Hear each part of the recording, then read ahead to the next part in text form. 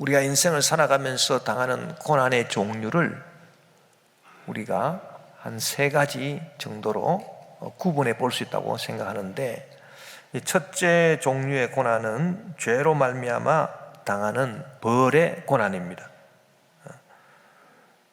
우리가 죄를 지으면 그 죄로 인해서 벌이 주어지게 되고, 이 벌로 말미암아 다가오는 고난, 이 고난은 하등 유익함이 없는 고난입니다. 그렇기 때문에 우리는 죄로 인해서 고난당하지 않도록 우리가 늘 조심해야 되고, 또 우리가 늘 주님 앞에 나와서 회개를 해야 돼요.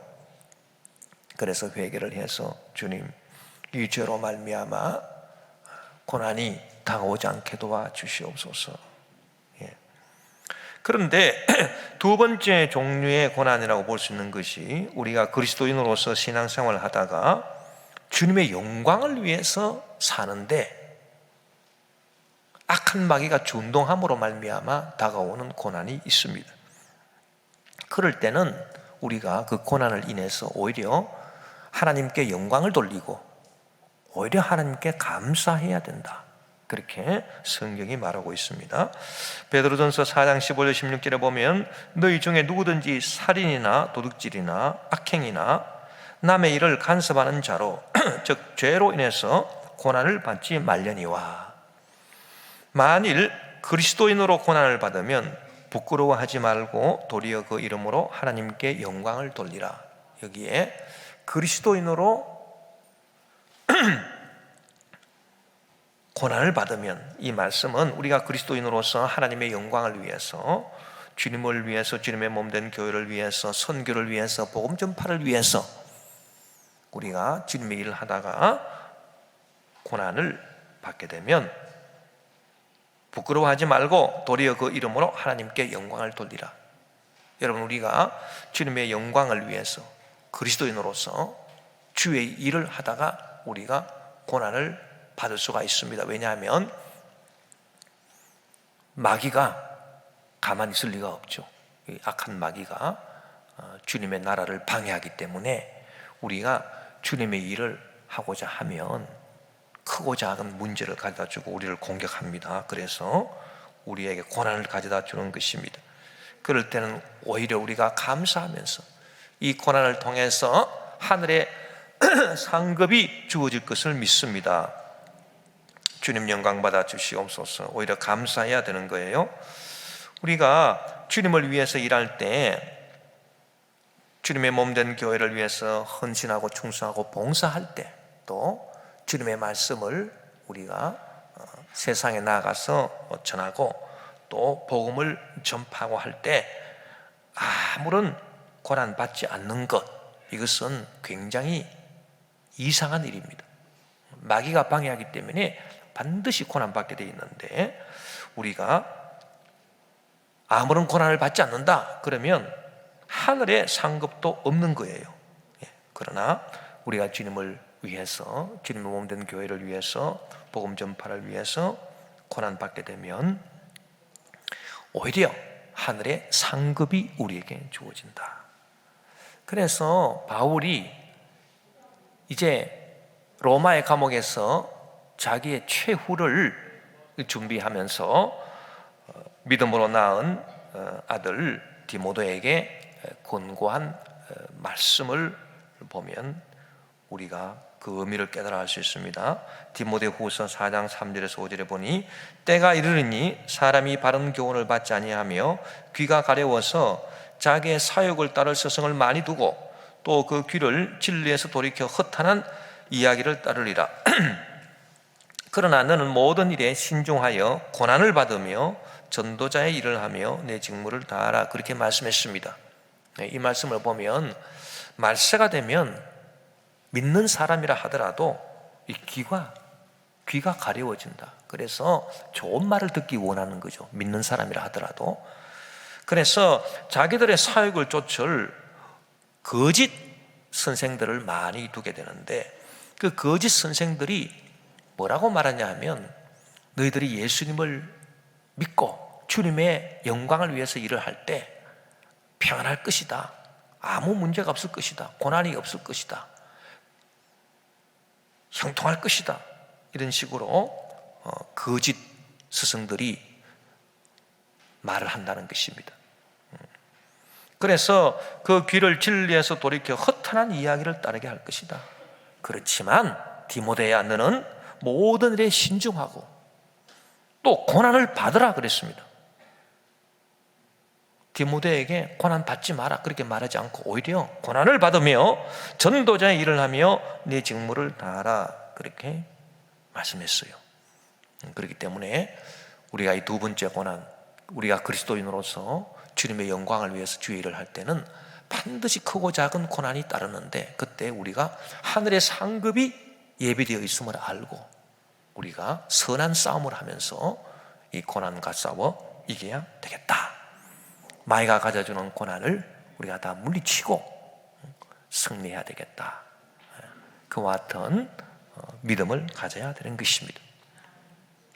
또 세 번째 종류의 고난이 있을 수 있는데, 이 고난은 우리가 이 순금 같은, 정금 같은 신앙을 가지게 하도록 하나님께서 우리를 연단시키는 그런 고난입니다.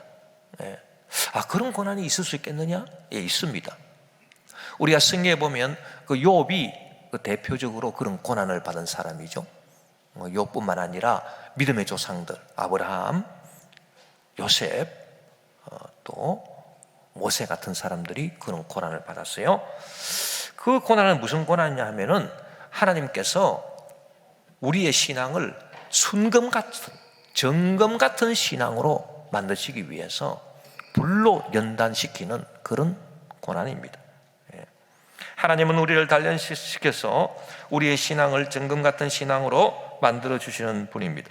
오늘 본문 욥기 23장 10절에 보니 그러나 내가 가는 길을 그가 아시나니 그가 나를 단련하신 후에는 내가 순금같이 되어 나오리라. 자, 이사야 48장 10절 현대의 성경을 보니까 내가 너를 연단하였으나 은처럼 하지 않고 고난의 불로 너를 시험하였다. 하나님께서 우리를 연단하십니다. 우리 신앙을 정금같이 만들기 위해서 고난의 불은 우리 마음을 연단하는 것입니다. 잠언 17장 3절에 보니 도가니는 은을, 풀무는 금을 연단하거니와 야훼는 마음을 연단하시느니라 그렇게 말씀했어요. 그래서 하나님께서 우리의 신앙을 정금 같은 신앙으로 만드시기 위해서 고난의 불시험을 하신다. 그래서 불이 다가와서 우리의 신앙이 정금같이, 순금같이 될 수 있도록 우리 마음을 연단하시고, 그래서 여호수아처럼 강하고 담대한 그런 마음을 갖고 정금 같은 신앙이 되어서 하나님께 영광 돌리시도록 그렇게 하나님께서 불로 우리를 시험하시는 그런 고난이 있을 수가 있다는 것입니다. 그럴 때 우리는 고난을 회피하지 않고 고난에 대해서 원망하거나 불평하지 않고 이때가 기회다, 내 믿음이 정금같이 될 수 있는 기회다 이렇게 생각하고 우리가 그 고난을 잘 받아들여서 우리 마음을 단련해서 강하고 담대한 믿음을 가지고 나아가야 되겠습니다. 우리가 고난 이 자체가 문제가 아니라 그 고난을 대하는 우리 마음의 자세와 믿음이 문제라고 하는 것을 알아야 되는 것입니다. 그래서 우리가 이와 같이 하나님께서 우리를 불로 연단시키기 위해서 우리에게 고난을 보내실 때 그 고난의 크기가 문제가 아니라, 고난 자체가 문제가 아니라 그 고난을 대하는 내 마음, 내 믿음의 자세, 이것이 문제다라고 하는 것을 우리가 알 수가 있습니다. 성도들이 당하는 고난과 또 불신자들이 당하는 고난을 우리가 비교를 해보면, 이 불신자들은 이 남을 위한 희생의 고난은 절대로 당할 이유가 없다, 또 그렇게 생각합니다. 그래서 아주 계산적이고 매우 이성적이고 논리적이고 합리적입니다. 내가 왜 남을 위해서 고난 당하느냐? 남이 잘못한 것을 내가 대신 책임질 이유가 뭐가 있느냐? 예. 아주 법리적이고 이성적이고 논리적이고 계산적이죠. 예. 그러나 우리 성도가 당하는 고난은 또 다른 면이 있습니다. 우리가 예수 그리스도의 모범을 따라야 되기 때문에 예수님께서 왜 고난 당하셨습니까? 당신의 허물과 잘못을 인해서 고난 당하신 것이 아니고 우리의 잘못과 죄와 허물을 인해서 고난 당하신 것이기 때문에 이것이 바로 대속의 고난이다, 희생의 고난이다. 그래서 우리 성도들도 이 희생의 고난을 또 당할 수 있어야 하는 것입니다. 바울은 고백하기를 내가 당연히 행사할 수 있는 내 권리를 내가 행사하지 않는다. 그것은 내가 남을 위해서 희생함으로써 하늘의 상급을 받기 위함이다. 그렇게 말했어요. 고린도전서 9장 18절에 보면 그런즉 내 상이 무엇이냐? 내가 복음을 전할 때에 값없이 전하고 복음으로 말미암아 내게 있는 권리를 다 쓰지 아니하는 이것이로다. 사도 바울이 복음을 전할 때 자기에게 주어져 있는 권리가 있습니다. 하나님이 주신 권리. 남들처럼 결혼해서 가족을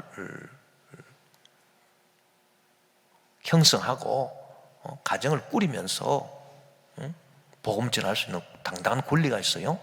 그러나 자기는 복음 전파에 오로지 매진하기 위해서 독신으로 살면서 자기에게 주어진 권리를 다 쓰지 않았습니다. 또 그가 복음을 전할 때 아무 사례도 받지 않고 자기가 친히 천막을 끼워서 생계를 유지하면서 그렇게 복음을 전했습니다. 당연히 자기가 사례를 요청할 수 있는 그런 권리가 있었음에도 불구하고 그런 권리를 다 쓰지 않았다는 거예요. 그것은 남을 위한 희생이라는 것입니다. 그렇게 한 것은 하늘의 상급을 받기 위함이다. 그렇게 말했습니다. 그래서 우리도 이 바울의 고난, 예수 그리스도의 고난을 본받아서 남을 위해서 내 권리를, 내가 주장할 수 있는 권리를, 마땅히 내가 주장할 수 있는 권리도 내가 다 주장하지 않는 그런 희생, 사랑의 실천을 위한 고난도 내가 당할 수 있구나 라고 하는 것을 우리가 알아야 되겠습니다.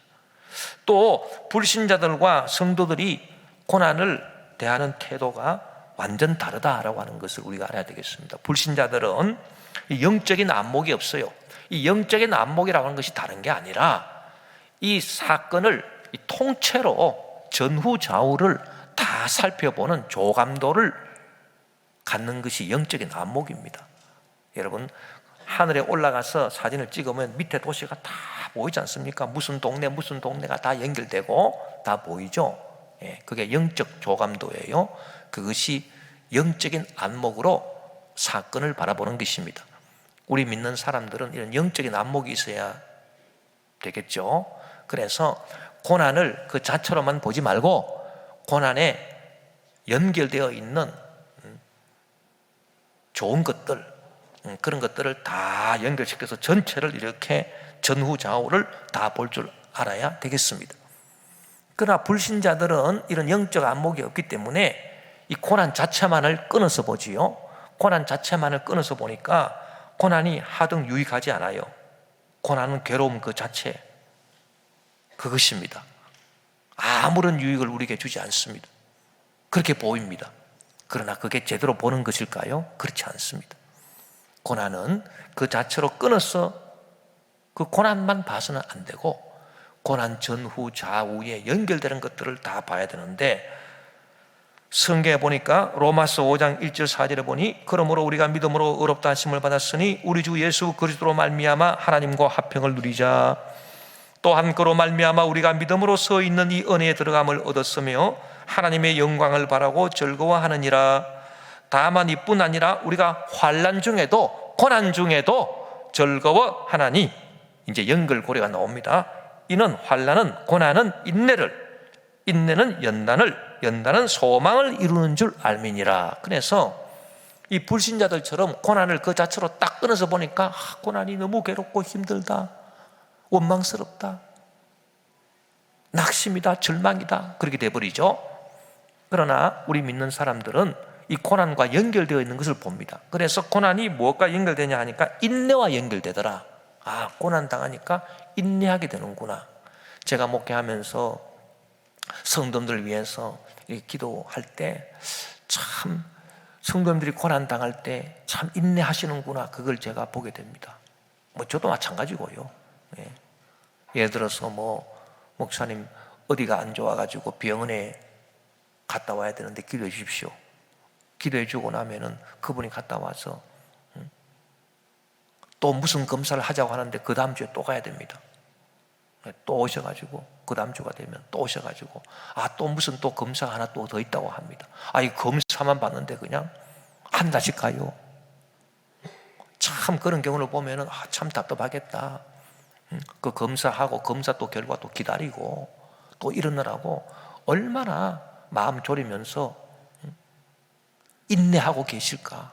그래서 이 고난이 인내를 부른다고요. 인내를. 예. 고난 받게 되면 어쩔 수 없이 인내하게 되죠. 이 말세가 되면 사람들이 조급해져요. 당장 무슨 막 일이 해결돼야 되고, 그래서 인내하지 못합니다. 그러나 고난은 인내를 만들어내요. 그래서 고난을 겪은 사람은 나중에 인내하는 법을 배우기 때문에 웬만한 고난이 다가와도 끄떡 안 합니다. 왜? 또 문제가 생겼구나. 이게 인생이다. 인내하는 거예요. 그래서 고난 가운데서도 즐거워할 수 있는 겁니다.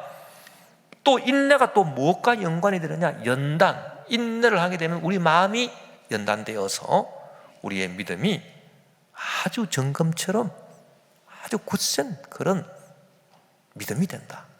아주 훌륭한 믿음이 되는 거예요. 흔들리지 않는 믿음이 된다. 그리고 이 연단은 결국은 무엇과 연결되느냐? 소망을 이루는 줄 알미니라. 할렐루야.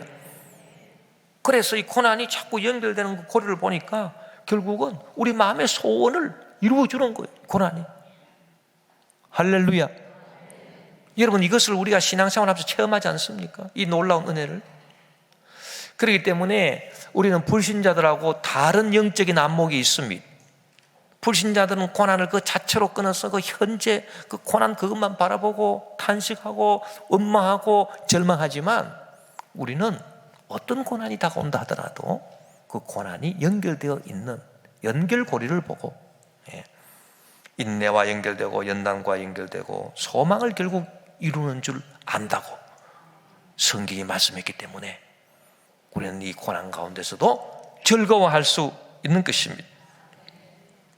성도들이 당하는 고난 중에서 불신자들하고 다르게 가장 크게 느끼는 고난이 있다면 그건 무엇이겠습니까? 여러분, 불신자들은 하나님을 믿지 않는 사람들이기 때문에 성도들과 다르죠. 그런데 성도들은 하나님을 믿기 때문에 성도들이 당하는 고난 가운데서 가장 큰 고난이 무엇이겠습니까?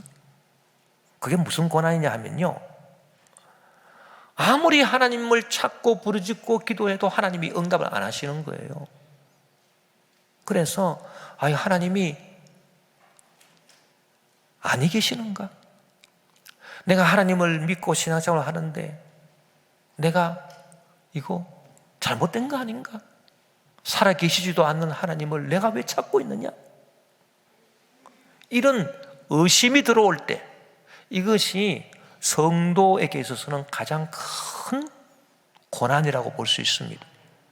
그 욥이 그런 고난을 당했습니다. 여러분, 욥이 당한 고난 가운데 가장 큰 고난은 무슨 고난이냐 하면 자기 재산이 다 강도가 와서 다 뺏어간 그런 고난 아닙니다. 자기의 10자녀가 다 한꺼번에 마정집에서 모여가지고 생일잔치를 하다가 광풍이 불어와서 그 집이 무너져서 10자녀가 한꺼번에 다 죽은 그런 고난이 가장 큰 고난 아닙니다. 자기 몸에 악창이 나고 종기가 나고 자기 아내가 와서 당신이 그래도 하나님을 믿느냐? 차라리 하나님을 욕하고 죽어라. 그 저주의 말을 하고 갔는데 그런 것이 큰 고난 아닙니다. 무엇이 큰 고난이냐? 오늘 본문에 나와 있어요. 욥이 당한 가장 큰 고난. 오늘 본문 욥기 23장 8절 9절입니다.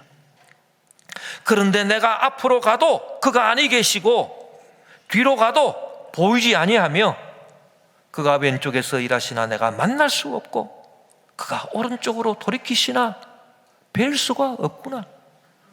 하나님이 안 계신 것 같다는 거예요. 아무리 하나님께 부르짖고 간구해도 하나님께서 나에게 보이지 아니하시는구나. 하나님을 만날 수가 없구나. 하나님을 뵐 수가 없구나. 이게 욥에 있어서 가장 큰 고난이었습니다. 예. 여러분, 이런 고난을 느껴보셨습니까? 이때 여러분 좌절하면 안 됩니다. 욥이 신앙이 위대한 것은 이와 같이 극심한 고난, 하나님을 찾는데도 하나님이 응답하시지 않는 그런 하나님, 숨어 계시는 하나님, 나타나시지 않는 하나님, 나의 하나님 어찌하여 나를 버리셨나이까? 예수님께서 십자가에서 절규하시던 그와 같은 하나님, 그런 하나님을 지금 욥이 보고 있는 거예요. 그래서 하나님 존재에 대한 의심이 생기고 하나님의 선하심에 대한 의심이 생기고, 과연 하나님께서 살아계시고 과연 하나님께서 나를 사랑하시는가, 그와 같은 일에 대해서 의심이 생기고 회의가 들어오는 그런 고난입니다. 그럴 때 절대 좌절하면 안 되는 것입니다. 그런데 욥은 그럴 때도 결국 이겨냈습니다. 그 고난을 극복했어요. 끝까지 하나님을 믿었어요. 그래서 뭐라고 고백합니까? 내가 앞으로 가도 그가 아니 계시고 뒤로 가도 보이지 아니하시고 그가 왼쪽에서 일하시나 내가 만날 수 없고 그가 오른쪽으로 돌이키시나 뵐 수가 없구나. 그러나 10절에 그러나 내가 가는 길을 그가 아시나니 그가 나를 단련하신 후에는 내가 순금같이 되어 나오리라. 할렐루야. 여러분, 우리가 이 욥의 신앙의 위대함이 바로 여기에 있습니다. 하나님이 자기를 버리신 것 같은, 하나님이 계시지 않는 것 같은 그런 회의가 들 때라도 아니다, 하나님은 살아계신다. 하나님의 진리의 말씀은 변함이 없다. 인간의 인리의 말들은 다 오늘 변하고 내일 변하고 다 쓰러지고 없어지고 말지만은 그러나 하나님의 진리의 말씀은 영영이 서 있다. 흔들리지 않는 하나님 진리의 말씀을 붙잡고 내가 끝까지 내가 하나님을 믿으리라. 예? 그것이 욥의 위대한 신앙이고요, 이 욥의 위대한 신앙이 하나님께 결국 응답이 된 것입니다. 그래서 욥이 나중에 갑절의 축복을 받는 모습을 우리가 볼 수가 있는 것입니다. 여러분, 우리 믿음의 조상들이 당했던 고난이 바로 이런 고난이에요. 하나님이 안 계신 것 같다. 하나님이 계시면 내가 그렇게 기도하는데 내 기도를 안 들어주실 리가 없는데, 하나님 어디 계십니까? 하나님 어디 계십니까? 이 고난이 이 욥만 당한 고난이 아니고요, 우리 믿음의 조상들이 다 당한 고난이에요. 아브라함이 그런 고난을 당했습니다. 아브라함이 75세 때에 하나님의 약속의 말씀을 들었잖아요. 너는 갈대아 우를 떠나서 내가 너에게 지시할 땅으로 가라. 거기서 내가 너로 하여금 큰 민족을 이루게 하고 너는 모든 믿음의 조상이 되게 할 것이다.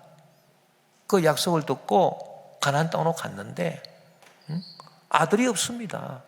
그 아들 이삭을 낳기까지 25년 동안 아브라함이 당한 고난은 무슨 고난입니까? 과연 하나님이 살아계십니까? 하나님 살아계시면 그 약속의 말씀을 왜 이루어주지 아니하십니까? 그런 고난이었습니다. 요셉이 13년 동안 당한 고난도 바로 그런 고난이에요. 억울하게 형들의 미움을 사서 애굽의 종으로 팔려가지고 13년 동안 모진 고생을 하면서 나중에 보디발 아내의 그 참소 그 누명을 쓰고 왕의 제수들이 갇히는 감옥까지 들어가고 거기서 온갖 시련을 당하면서 13년 동안 하나님 어찌해서 내 기도 듣지 아니하십니까? 하나님 정말 살아계십니까? 그 고난 아닙니까? 욥과 같은 고난이었습니다. 요셉의 13년 고난이 그런 고난이었어요. 모세가 40년 동안 광야에서 당한 고난도 그것 아닙니까?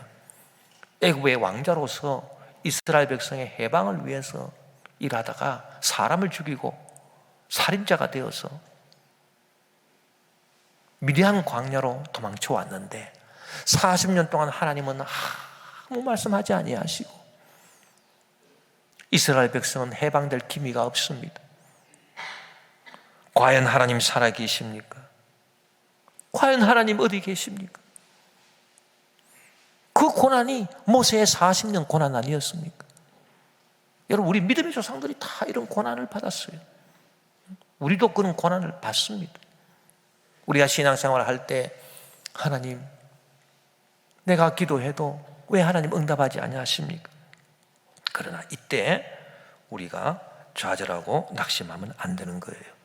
요 마지막 고비를 넘었으면 끝까지 우리가 하나님을 찬양하고 하나님께 감사하고 나아가면 하나님께서 반드시 살아계셔서 욥에게 응답하시고 아브라함에게 응답하시고 요셉에게 응답하시고 모세에게 응답하신 하나님께서 우리에게 응답하시고 우리를 축복하실 날이 반드시 임할 줄 믿습니다. 우리가 고난당할 때 하나님은 보이지 아니하시지만은 하나님은 일하시고 계시는 것입니다. 하나님께서 얼마나 우리를 사랑하십니까? 그래서 하나님이 사랑하는 자녀가 되는 우리를 사랑하셔서 일용할 양식을 다 허락해 주신다고 성경에 기록하고 있습니다. 마태복음 6장 30절 32절에 보면 오늘 있다가 내일 아궁이에 던져지는 들풀도 하나님이 이렇게 입히시거든 하물며 너희일까 보냐 믿음이 작은 자들아. 그러므로 염려하여 이르기를 무엇을 먹을까 무엇을 마실까 무엇을 입을까 하지 말라. 이는 다 이방인들이 구하는 것이라. 너희 하늘 아버지께서 이 모든 것이 너희에게 있어야 할 줄을 아시느니라. 이 말씀은 하나님의 자녀된 성도들이 고난당할 때 하신 말씀 아닙니다. 평안할 때 하신 말씀이에요. 일상생활을 할 때에 하신 말씀이에요. 우리가 평온하게 일상생활을 할 때도 하나님께서는 나에게 무엇이 있어야 되는지를 다 아신다 그랬습니다. 그래서 무엇을 먹을까 마실까 입을까 염려하지 마라 그렇게 말씀하신 거예요. 우리가 평온하게 일상생활을 할 때도 하물며 우리가 고난을 당할 때 하나님께서 우리가 무엇을 원하시는지 모르시겠습니까? 우리에게 필요한 것이 무엇인지 모르시겠습니까? 우리가 평온하게 일상생활 할 때도 우리의 모든 먹을 것, 마실 것, 입을 것, 쓸 것을 예비하신 하나님이 우리가 고난의 문제 한가운데서 허우적거릴 때 왜 우리를 구원하려 하시지 않겠습니까? 그때는요 하나님께서 하실 일이 너무 많아지시는 거예요. 우리가 평온하게 일상생활 할 때보다도 우리가 고난당할 때는 하나님이 우리를 위해서 하시는 일이 급증합니다. 너무 많아지는 것입니다. 왜냐? 우리가 고난당할 때는 이 고난의 문제, 전후, 좌우 모든 것을 하나님께서 다 돌봐주시고 모든 것이 합력해서 선을 이루어야 할 때이기 때문에 하나님의 일이 더욱더 바빠지는 거죠. 예? 그래서 모든 일이 합력해서 선을 이룰 수 있도록 그렇게 하나님께서 역사해 주시는 것입니다. 로마서 8장 25절 28절에 보면 만일 우리가 보지 못하는 것을 바라면 참음으로 기다릴지니라. 예. 우리가 보지 못하는 것을 바라면 참음으로 기다릴지니라. 이거 우리 고난당할 때를 말하는 겁니다. 이와 같이 성령도 우리의 연약함을 도우시나니 우리는 마땅히 기도할 바를 알지 못하나 오직 성령이 말할 수 없는 탄식으로 우리를 위하여 친히 간구하시니라. 제가 이렇게 성도님들 이렇게 말씀을 들어보면 너무 힘들고 어려운 문제가 생기면 기도도 안 나온대요. 그래서 탄식밖에 안 해. 한숨밖에 안 해. 하나님 앞에 나가서 기도해야지 해놓고도 아이고 하나님 탄식만 나오고 무슨 말이 안 나와요. 그것을 지금 성경이 기록해 놓은 겁니다. 우리가 마땅히 기도할 바를 알지 못한다 그랬어요. 왜 마땅히 기도할 바를 모릅니까? 평상시에는 우리가 마땅히 기도할 바를 너무 잘 알고 있죠. 예, 평온할 때는 그렇습니다. 그러나 고난 당할 때는 그걸 몰라요. 오늘도 아침에 한 분이 저한테 오셔가지고 그 남편 되시는 분이 갑자기 그냥 뇌출혈이 돼가지고 뭐 입원하신 지 그냥 달반이 넘어가는데 병원에서는 의식불명이다. 뭐 쉽게 말해서 뭐 식물인간입니다. 뭐 휠체어에 앉아 있을 수도 없을 것 같다. 그런 절망적인 진단만 내리고 그 사업장에서 일하면서 산재 신청이라도 좀 해보려고 하니까 그것도 제대로 잘 안 되고 또 남편이 남긴 또 빚까지 있어가지고 이 문제도 해결해야 되고 저 아이들이 방황하고 있고 그 중에 한 애는 또 군대를 가야 되는데 도대체 목사님 이거 뭐 어떻게 해야 될지 알 수가 없습니다. 기도를 해야 되는데 기도하려고 그래도 기도가 안 나옵니다. 한숨밖에 안 나옵니다. 참 그럴 때 지금 말씀 아니겠습니까? 이와 같이 성령도 우리의 연약함을 도우시나니 우리는 마땅히 기도할 바를 알지 못해요. 그래서 오직 성령이 말할 수 없는 탄식으로 우리를 위해서 친히 간구하신다. 그렇게 말했습니다. 우리가 이와 같은 고난 당할 때 하나님이 어디 계십니까? 앞으로 가도 안 보이시고 뒤로 가도 안 보이시고 옆으로 가도 안 보이시고 좌로 가도 안 보이시고 우로 가도 만날 수가 없고 그러나 여러분 하나님은 살아 계십니다. 그때 하나님께서 일을 하셔요. 우리를 위해서 탄식하며 기도하세요. 성령이 할렐루야. 마음을 살피시는 이가 성령의 생각을 아시나니 이런 성령이 하나님의 뜻대로 성도를 위하여 간구하심이니라. 우리가 알거니와 하나님을 사랑하는 자 곧 그의 뜻대로 부르심을 입은 자들에게는 모든 것이 합력하여 선을 이루느니라. 우리가 고난당할 때를 말합니다. 고난당할 때는요 하나님께서 너무 바빠지시는 겁니다. 왜? 전후 좌우의 문제를 다 보셔가지고 모든 것을 다 해결하시기 위해서 뭐죠? 인간관계, 인맥, 무슨 여러 가지 문제도 이미 다 하나님이 준비하셨고 모든 해결, 문제 해결 그 방법을 전후 좌우를 다 하나님께서 다 이미 다 일을 해놓으셨어요. 그래서 모든 것이 합력하여 선을 이루신다. 그렇게 말씀하신 것입니다. 그렇기 때문에 우리가 고난당할 때는 하나님께서 더욱더 나를 위해서 관심을 갖고 계시고 내가 나를 위해서 걱정하는 것보다 하나님 더 탄식하는 마음으로 성령으로 기도해 주신다는 확실한 믿음을 갖고 전진하고 나아가는 저와 여러분이 되어야 할 것입니다. 우리가 하나님의 역사를 알 수가 없어요. 예? 저도 이렇게 성도들을 만나보고 그러면은 참 어떤 경우는 하나님께서 탁 역사하셔가지고 참 기적으로 역사하시는 경우가 있어요. 예? 그래서 최근에도 어떤 분을 위해서 내가 계속 기도를 해줬는데 그분이 병원에 가서 진찰을 받고 난 다음에 바로 저한테 전화를 했어요. 병원에서 나오자마자 의사 선생님이 이거 내가 치료한 거 아무것도 없는데 갑자기 이렇게 좋아질 수가 있습니까? 알 수가 없습니다. 어떻게 이렇게 좋아졌는지 알 수가 없습니다. 그래서 그분이 병원에 나오자마자 저한테 전화를 했어요. 목사님 기도해 주셔서 목사님께 제일 먼저 연락드립니다. 그런 전화 받으면 정말 너무 기분이 좋아요. 그리고 그렇지 역시 하나님 살아계시는 하나님이시다. 근데 또 어떤 때는요 아무리 기도해도 응답도 안 되고 답답할 때가 있습니다. 우리가 하나님이 하시는 이 주권의 일을 우리가 어떻게 알겠습니까? 그러나 그럴 때라도 낙심하지 아니하고 우리가 계속 믿음으로 나아가면 오늘 욥이 고난 가운데서도 인내하고 끝까지 기도해서 하나님의 위대한 역사를 체험했듯이, 축복을 체험했듯이, 또 우리 믿음이 정금 같은 믿음으로 나와서 우리가 더욱더 하나님께 큰 영광을 돌릴 수 있는 축복의 역사를 체험하게 될 줄 믿습니다. 할렐루야. 이와 같은 위대한 성도님들이 다 되시기를 주의 이름으로 축원합니다.